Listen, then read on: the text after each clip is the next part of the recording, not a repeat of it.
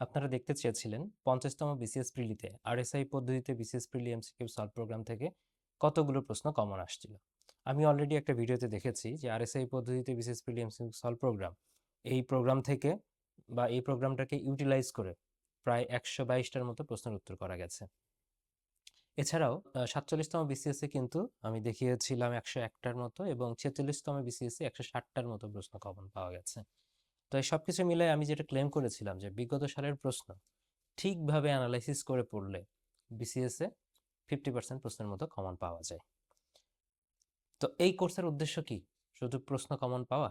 কোর্সের উদ্দেশ্য কিন্তু শুধু প্রশ্ন কমন পাওয়া না। এই কোর্সের উদ্দেশ্য হলো দশম থেকে শুরু করে 50তম বিসিএস এর প্রতিটি এমসিকিউ পোস্টমর্টেম করা। তো পোস্টমর্টেম বলতে আসলে কি বোঝানো হচ্ছে? এখানে 8টা বিষয়কে বোঝানো হচ্ছে, টোটাল 8টা।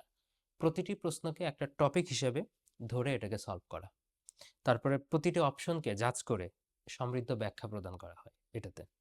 তারপরে প্রতিটি প্রশ্নের সাপেক্ষে যে নতুন তথ্যগুলো দেওয়া হচ্ছে, এই তথ্যগুলো আপনি কিভাবে মনে রাখবেন এই টেকনিকটাও কিন্তু ক্লাসে শেখানো হচ্ছে।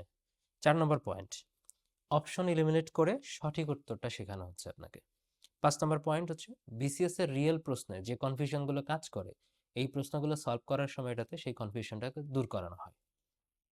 দেন 7 নম্বর, যেটা হচ্ছে ক্রিটিক্যাল অ্যানালাইসিস করার দক্ষতাটা আপনার বাড়বে এর মাধ্যমে।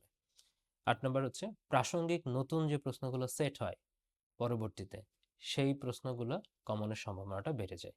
এই 8টা গুণাবলী বা 8টা কোয়ালিটি আপনার মধ্যে ডেভেলপ হবে এই আরএসআই কোর্সের মাধ্যমে।